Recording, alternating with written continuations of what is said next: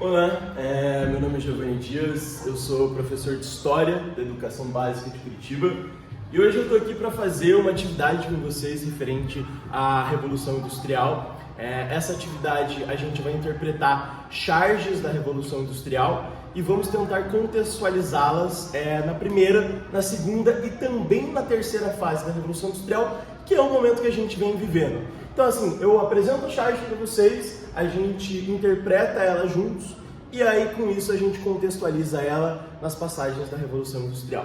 Então o nosso primeiro slide é justamente essa proposição. Nesse primeiro slide eu vou mostrar para vocês, a gente vai interpretar duas formas diferentes.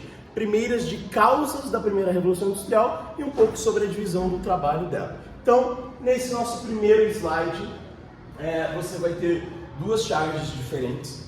A primeira lá, ela é uma interpretação onde você está tendo uma transferência de riquezas, transferência de ouro e de prata dos países africanos, tanto para a Europa quanto para a América do Norte.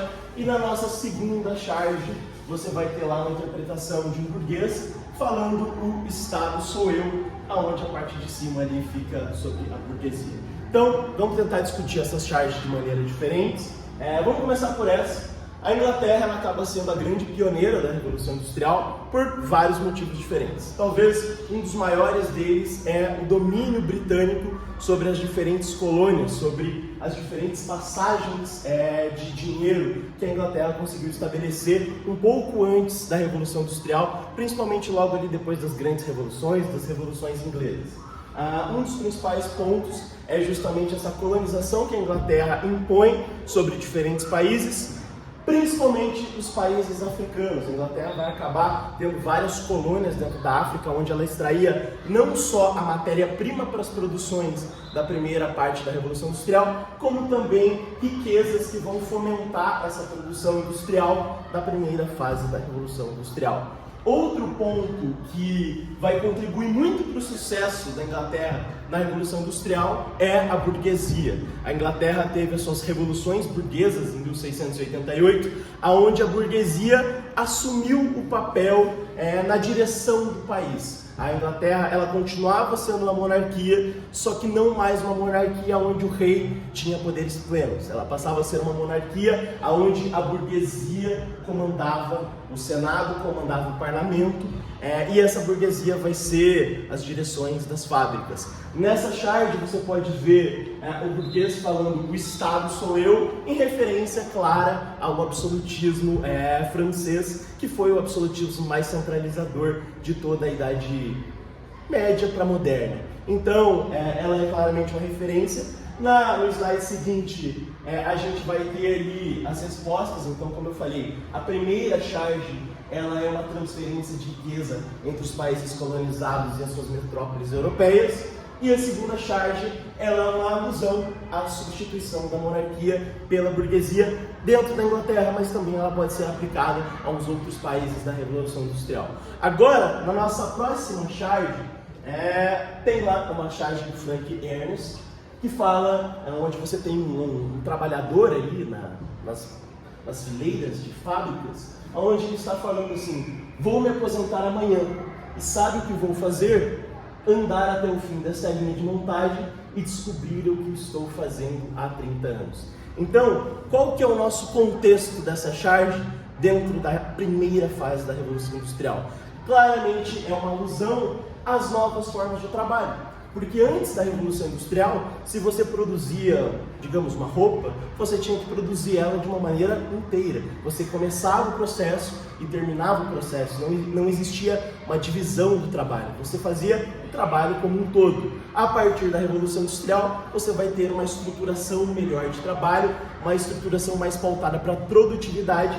E aí a charge claramente ironiza a ideia de que um trabalhador ficou 30 anos fazendo a mesma coisa sem saber o que ele produzia no final das contas. Na nossa segunda parte dessa atividade, a gente vai analisar e tentar contextualizar a charge no contexto da segunda fase da Revolução Industrial. Então, começamos primeiro de tudo com dois movimentos de trabalhadores, dois movimentos políticos diferentes que podem ser entendidos através dessas charges. O primeiro lá tem uma uma imagem, uma charge, onde está escrito efeitos da crise. E aí aqui de um lado tem no patrão e no outro um trabalhador. O patrão está lá tomando seu vinho, comendo seu queijo, enquanto o trabalhador nessa crise, ele está lá passando fome, ele está lá triste dentro da sua casa. E na segunda charge, a gente tem um cara quebrando as máquinas, um trabalhador quebrando as máquinas dentro da fábrica, falando: vamos, reaja seu miserável, reaja como homem, seja homem. Então o que essas duas charges querem dizer e como que a gente pode adaptar elas para o contexto da Revolução Industrial? Então, essa primeira charge, ela pode ser interpretada como uma alusão ao movimento cartista. O movimento cartista vai ser movimentos de trabalhadores que, cansados da exploração da Revolução Industrial, eles passam a lutar por seus direitos. E como que você une os trabalhadores com seus ideais de direito? Bom, primeiro de tudo, você conscientiza eles dos seus direitos, você conscientiza eles sobre a sua classe. Uma greve, ela só funciona se você conseguir unir as classes, se você conseguir unir os trabalhadores. Para isso, os movimentos cartistas tentavam conscientizar os trabalhadores da sua importância, da sua valoração dentro das fábricas. Aquela charge mostra que uma greve sozinho, um trabalhador vai passar fome. Mas talvez uma greve com mais de gente, mais de um trabalhador, eles conseguiriam mobilizar as máquinas, parar as máquinas, e aí aquele trabalhador que estava passando fome, talvez a situação se inverta. E aí a segunda, ela é uma alusão ao movimento ludista. O movimento ludista também foi um movimento da Revolução Industrial, também foi um movimento de trabalhador, só que ele é um movimento aonde mais radical, aonde os trabalhadores eles quebravam as máquinas numa forma de tentar resgatar os seus empregos. Eles paravam, eles destruíam as fábricas, eles destruíam as máquinas, porque eles projetavam na imagem da máquina a função do operário. Eles estavam tentando reivindicar os seus trabalhos. Então, no momento lá que o trabalhador quebra a máquina e fala para a máquina, reaja, seja homem, ele não está tentando fazer apenas uma visão de conversa com a máquina. Ele está tentando transformar aquela máquina em algo humano, algo que roubou o emprego dele. Então, ele está descontando sua frustração nessa máquina numa tentativa de recuperar o seu emprego que ele tinha antes disso. Beleza? Agora a gente vai aí para a nossa próxima fase, que é considerada aí por muitos a última fase da Revolução Industrial, a terceira fase. Existe hoje aí também uma discussão histórica, sociológica, filosófica sobre uma quarta, quinta fase da Revolução Industrial, que pode ser uma fase da inteligência artificial. Só que, assim, para padrões históricos, vamos considerar a terceira fase como a última fase da Revolução Industrial, que vai ali de 1950 até mais ou menos os nossos dias atuais. E aí a gente vai interpretar a charge de acordo com o que a gente sabe sobre a terceira fase, beleza? Então, na nossa terceira fase, temos lá duas pessoas conversando. A primeira delas olha para ele e fala o seguinte: estou fazendo uma pesquisa. Qual é o seu maior medo? Ficar desempregado? Ficar doente? Ser assaltado? E aí o segundo sujeito da nossa charge olha para ele e diz: ficar sem internet. Agora, tentando interpretar essa charge no contexto dessa última fase, essa terceira fase da Revolução Industrial, como que a gente pode encaixar nisso? A terceira fase da Revolução Industrial é a Revolução Tecnológica. É o momento que a tecnologia ela entra nesse âmbito de mercado e ela não só cria novas formas de trabalho, como também cria novas necessidades para as pessoas.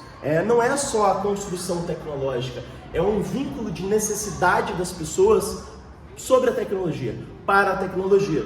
Não conseguiria estar falando isso agora se eu não estivesse usufruindo da tecnologia. Então, no momento que eu venho aqui e falo sobre a função da constante necessidade da criação tecnológica, eu acabo sendo um pouco de vítima dessa constante necessidade tecnológica para algo que me filma, para o slide que passa, para você que me assiste. Então, essa terceira fase da Revolução Industrial, ela é a Revolução Tecnológica, não só criando novas formas de tecnologia, mas criando também uma constante necessidade da pessoa de usufruir dessa tecnologia, de usar como algo no seu dia a dia. Beleza? Agora, nesse nosso último slide, eu encerro por aqui. Tentei contextualizar com vocês a Revolução Industrial a partir de charges. Espero que vocês tenham conseguido compreender bem, espero que vocês tenham lembrado das aulas anteriores e essas charges tenham sido encaixadas no que vocês precisavam saber sobre as nossas aulas. Fico por aqui, tchau, tchau!